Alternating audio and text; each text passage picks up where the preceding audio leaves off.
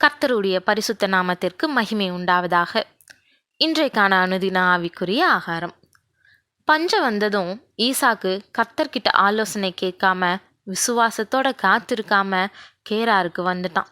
ஆனா அவனை அழைச்ச தேவன் அவனை அப்படியே விட்டுடாம அவனை வந்து சந்திக்கிறாரு. ஆதியாகமம் 26:2-3 கர்த்தர் அவனுக்கு தரிசனமாகி, நீ எகிப்துக்கு போகாமல் நான் உனக்கு சொல்லும் தேசத்திலே குடியிரு, இந்த தேசத்திலே வாசம் பண்ணு, நான் உன்னோட கூட இருந்து உன்னை ஆசீர்வதிப்பேன், நான் உனக்கும் உன் சந்ததிக்கும் இந்த தேசங்கள் யாவையும் தந்து உன் தகப்பனாகிய ஆபிரகாமுக்கு நான் இட்ட ஆணையை நிறைவேற்றுவேன்னு சொல்றதா வாசிக்கிறோம். ஆபிரகாமுக்கு பிறகு கர்த்தர் ஈசாக்க தம்முடைய சித்தத்தின்படி நடத்துறதுல எடுத்துக்கொண்ட ஈடுபாடு நமக்கு மிகப்பெரிய உற்சாகத்தை கொண்டு வருது. ஆமாம், நம்ம தேவனுடைய அழைப்பையும் அவர் நமக்கு கொடுத்துருக்கக்கூடிய வாக்கு தத்தத்தையும் அறியாமல் போகும்போதெல்லாம் அவர் நமக்கு சொன்னவைகளை நினைவூட்டுறதுல இருந்து அவர் நம்ம மேலே வச்சுள்ள கிருபையையும் இரக்கத்தையும் தெளிவாக அறிஞ்சு கொள்ள முடியுது. பிரச்சனைகள் இல்லை போராட்டங்கள் வரும்போதெல்லாம் நம்ம சோர்ந்து போகிறோம், தனிமையையும் பலவீனத்தையும் உணர்றோம். யாராவது நமக்கு பக்கபலமாக இருந்தால் நல்லா இருக்கும்னு தோணுது.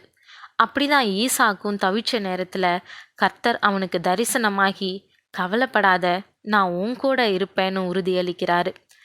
அது மட்டும் இல்லாமல் அவனுக்கும் அவனுக்கு பின்னாடி வரக்கூடிய சந்ததிக்கும் தான் வச்சிருக்கக்கூடிய வாக்கு தத்தத்தை வெளிப்படுத்துகிறாரு. பிரச்சனை நேரத்தில் தேவனே நம்மளோட இருக்கிறாருன்னு சொல்லும்போது வரக்கூடிய தைரியத்துக்கு நிகர் வேற எதுவுமே இல்லை இல்லையா?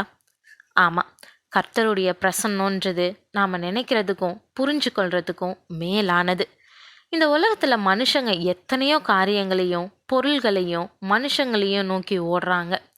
பிற மனுஷங்க கிட்ட அன்புக்காகவும் ஐக்கியத்துக்காகவும் மேலும் பல பொருள்களை அடையிறதுக்காகவும் பிரயாசப்படுறாங்க. ஏன்னா அது தங்களுடைய வாழ்க்கையில் தங்களோட இருக்கணும்னு அவங்க விரும்புகிறாங்க.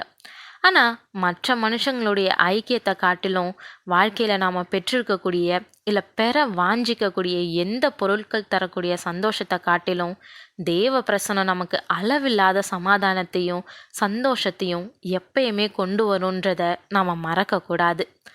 ஆபிரகாமுக்கு இட்ட ஆணைகள் ஈசாக்கினுடைய வாழ்க்கையில் நிறைவேறணும்னா ஒரு சில நிபந்தனைகளை கர்த்தர் அவன் முன்னாடி வைக்கிறாரு. முதலாவது, அவன் தன்னுடைய தகப்பனாகிய ஆபிரகாமை போல விசுவாசத்தை செயல்படுத்தணும். ரெண்டாவது, அவன் எந்த சூழ்நிலையிலும் எந்த காரணத்துக்காகவும் எகிப்துக்கு போகக்கூடாது. மூன்றாவது, அவன் இப்போ இருக்கக்கூடிய கானானிலேயே தங்கி இருக்கணும். இது எல்லாவற்றிற்கும் அடிப்படை கீழ்ப்படிதல்ன்றதே. ஆம் பிரியமானவர்களே, ஆபிரகாம் ஒரு நல்ல விசுவாசின்னு பெயர் பெற்றதுக்கு முக்கிய காரணம் அவனுடைய கீழ்ப்படிதல். தேவனுடைய சொல்லுக்கு அவன் எந்த கேள்வியும் கேட்காம முழு இருதயத்தோட கீழ்ப்படிஞ்சான்.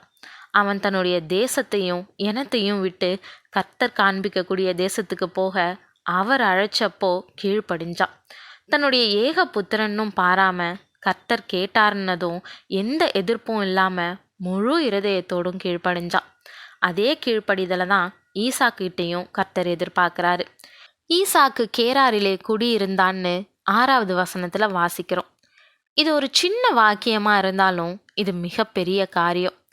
பிரச்சனைகள் போராட்டங்கள் வரும்போதெல்லாம் நாம் எதிர்பார்க்குற காரியத்தை செய்கிறதுல நம்ம மனசார விரும்புவோம்.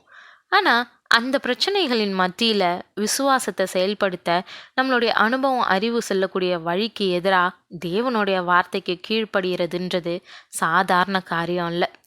தேவனுடைய வாக்கு தத்தத்தை விசுவாசித்து அவருடைய வார்த்தைக்கு கீழ்ப்படிஞ்சு அவரோட தொடர்ந்து பயணிக்கிறது எத்தனை நலமான காரியம். இன்னைக்கு நாமளும் கூட ஈசாக்க போல எத்தனையோ பிரச்சனைகளை எதிர்கொள்ள வேண்டிய சூழ்நிலையில் இருக்கலாம். கர்த்தருடைய ஆலோசனையை கேட்காம தான் தோன்றித்தனமாக நாமளாக செயல்படுவோன்னா அதில் தோல்வியே மிஞ்சுன்றதை நாம் மறுக்கக்கூடாது. ஆனால் அவர் நம்மளோட இருந்து நம்மளை வழி நடத்த விருப்பம் உள்ளவராக இருக்கும்போது நாம் அவருடைய வார்த்தைக்கு கீழ்ப்படிய கற்றுக்கொள்வோம். தேவன் தாமே கிருபையும் தயையும் செய்வாராக. ஆமேன்.